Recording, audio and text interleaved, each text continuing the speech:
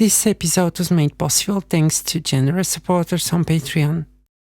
If you're tired of using simple and boring chords and want to spice it up somehow but you don't know how, this video is right for you.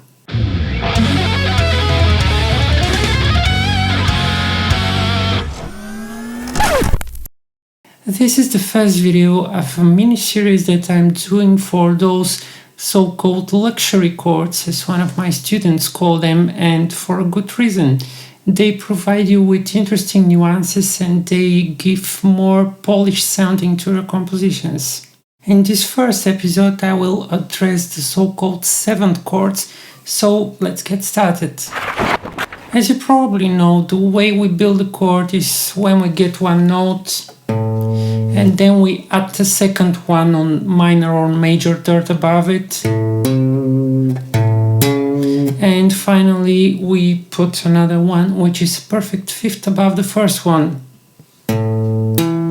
And thus we get either a minor triad or a major triad. Sometimes, however, the fifth degree could be diminished or augmented. And this is how we get these a little bit more obscure and exotic triads, which are the diminished triad and the augmented triad. The first note we call root or the first degree, the other note here we call the third degree, and the top one we call the fifth degree. And basically this is how we construct the simplest possible chords, also known as triads, as I just mentioned. Although there is much more in music than that, and I'm sure that you're eager to explore it, and this is why I'm making this video for you. If we follow the same logic of building chords, we can continue adding notes on top. Thus we get 7th, we get 9th, we get 11th, we get 13th, and this is where it all ends up, because the 15th would be actually the root, but 2 octaves higher.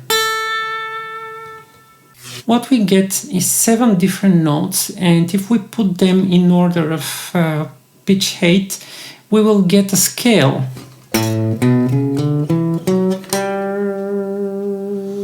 And if we play these notes together in this shape, we get something that's not so pleasant. But if we order them on thirds, we get... And now this sounds much more pleasant, and this is why we use this construction. Now let's see what happens if we take these simple triads and start adding sevenths on top of them.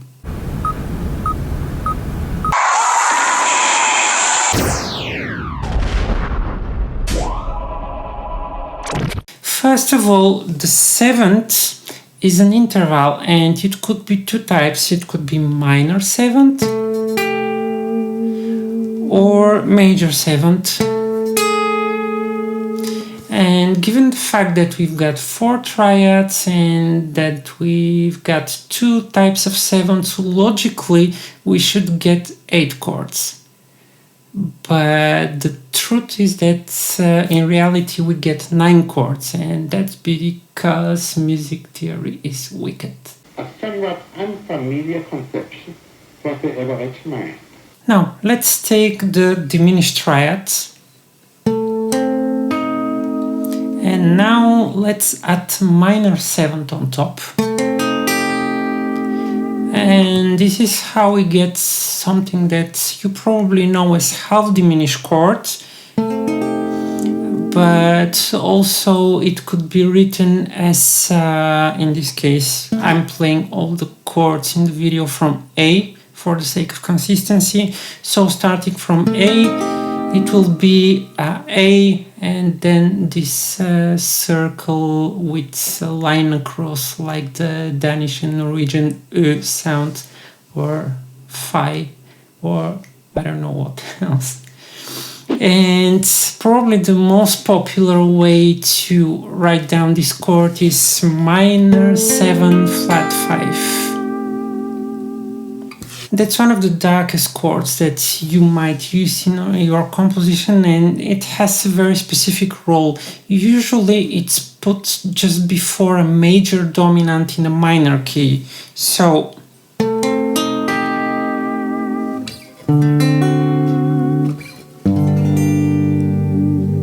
and this is how normally it exists in a chord progression. This minor 7 flat 5 also corresponds to Locrian mode.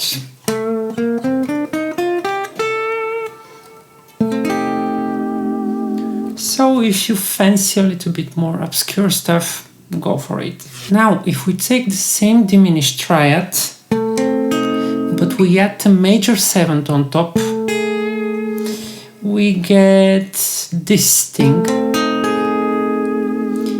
And it's called minor major 7 flat 5, and it's written as it's spoken. It's quite an odd chord, but if you place it on a major 7 degree in a minor key, so as I said, I play everything from A, so A would be major 7th in the key of B flat minor. So if we build this chord from A,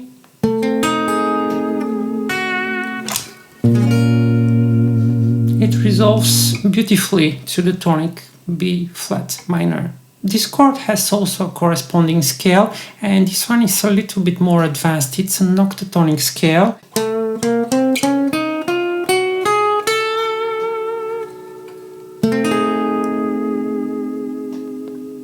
I used this scale in the melody contest of Nili Broch that I participated several years ago. I will put links in the description, so in case you're interested how this scale is used, you can watch it and hopefully like it. As I've said in my previous videos and also today, that music theory is wicked, and there is always something that doesn't quite fit.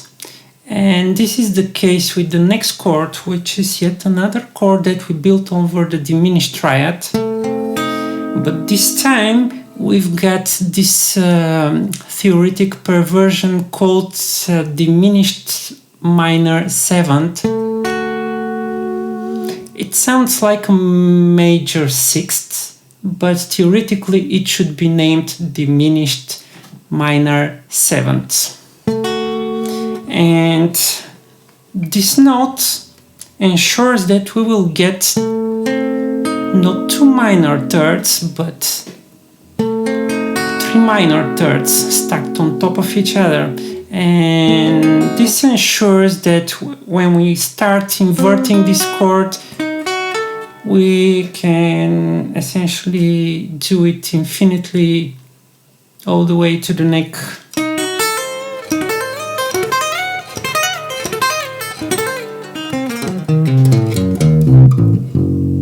Just like Yngwie Malmsteen does, for example. This diminished 7th chord is normally written as a small circle right after the name of the chord. In this case it will be A and small circle afterwards.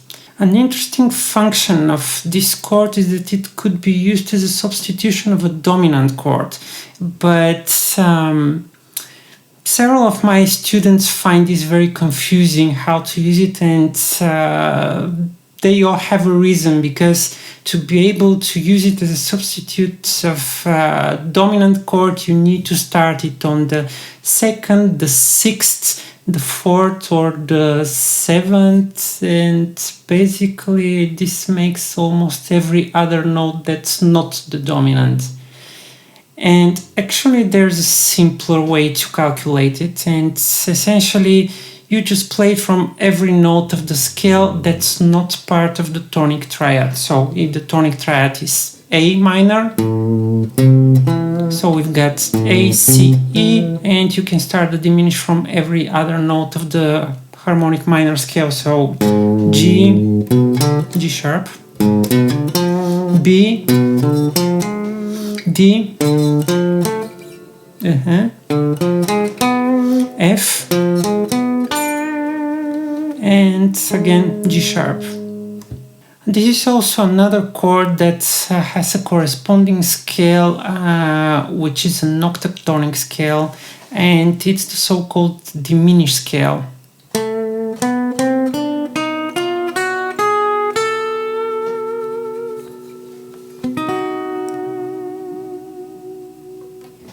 If you felt that there is something going wrong with having already 3 chords based on a diminished triad, then you're absolutely correct. The normal logic suggests that we should have just 2 of each type, but this particular diminished 7 chords is exactly the reason why we have 9 chords instead of 8. Before we move forward, if you like my work and find it useful, consider supporting me on Patreon on the links in the description, where you can get access to all kinds of interesting materials like tabs, audio downloads and other exclusive materials, and the membership starts as low as $3 per month. And if you prefer to support me by a single donation, you can use the PayPal me link, which I will also put in the description.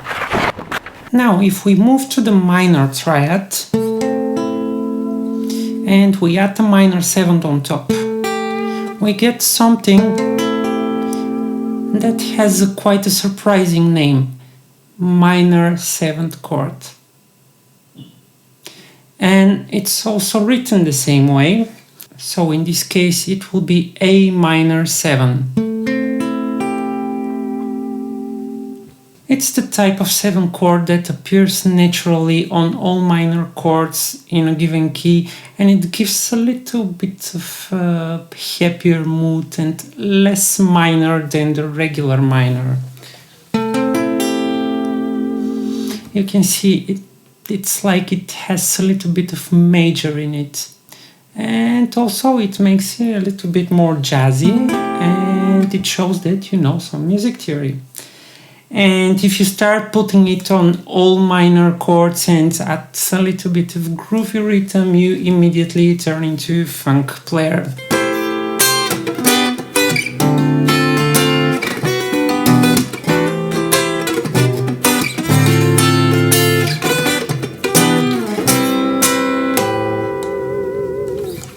This chord also works perfectly with the natural minor scale, also known as Aeolian mode.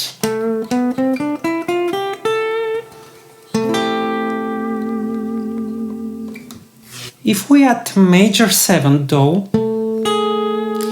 we get another chord with surprising name: minor major 7th, and it's written exactly as it's pronounced.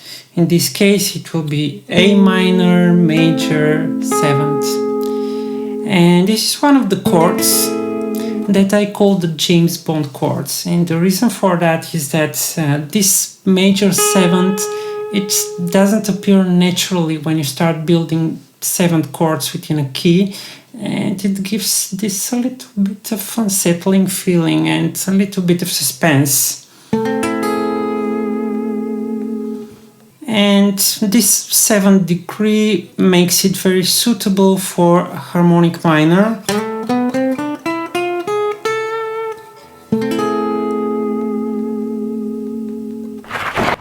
When we start with a major triad and we add the minor 7th on top, we get this thing,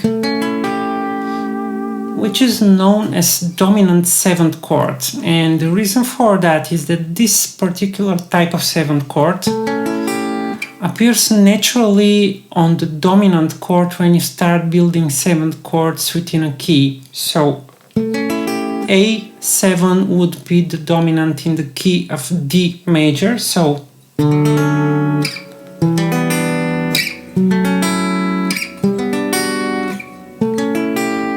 and there it is, dominant 7th chord on the 5th degree. And this is where the name comes from. When you add this 7th on top of a major chord that is already a dominant chord, it immediately intensifies the drama. So if you have a dominant chord and you want to push it even further at the 7th, and you immediately get the drama. There are several scales that go well with this chord, but probably the two of them that are most suitable are Mixolydian mode. If you play over a dominant chord in a major key, or a Phrygian dominant if you play in a minor key. If we add the major 7th to the major triad, we get this thing that I call the bossa nova chord. And the reason for that is that if you start playing major 7th chords all around the neck randomly with the proper groove, you basically get this vibe.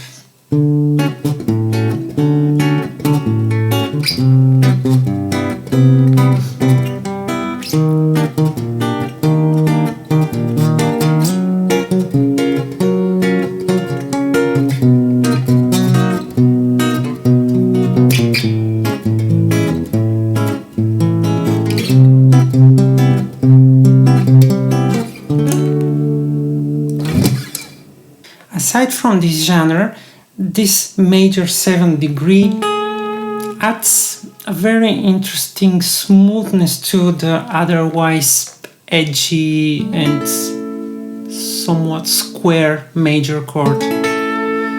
Add the 7th and it immediately becomes smoother and dreamy. This chord naturally appears in the major key in the tonic, and on the subdominant, and if we are in a minor key,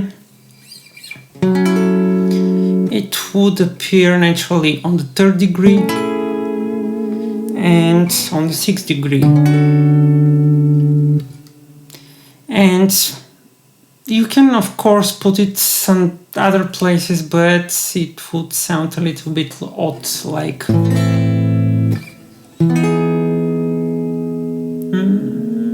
not really my cup of tea. So given the context, it's logical that we will have different scales that fit this chord. So in case it's a tonic in a major key, of course you would go for a regular Ionian mode. If it's a subdominant in a major key, you will go for the Lydian.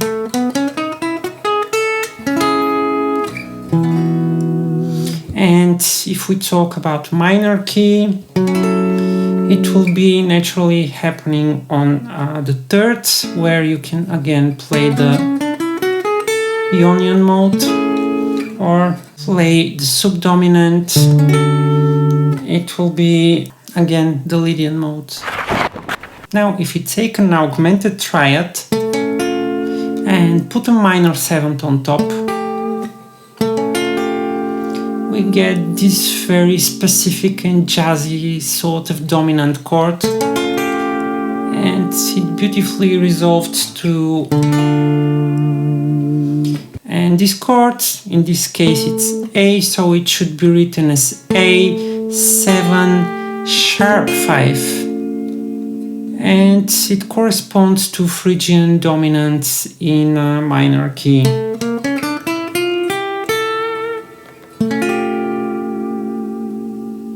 If we add a major 7th though to the same augmented triad, we get probably the most exotic of these 7 chords. And this is minor major 7 sharp 5. And it sounds a little bit James Bondish, but also it sounds dominant. So if you want a dominant chord but with James Bond feel, and this is the way to go. The scale that could go well with this chord is the harmonic major scale.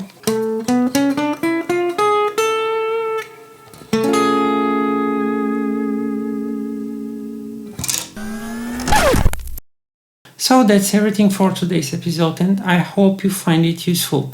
Thanks for watching, and let me know in the comments below which of those 7th chords you like the most and why. And if you like my work, consider supporting me on Patreon on the link down in the description, where you can get access to all kinds of interesting materials like tabs, audio downloads and other exclusive materials, and the membership starts as low as $3 per month. And if you prefer to support me by a single donation, you can use the PayPal me link also down in the description.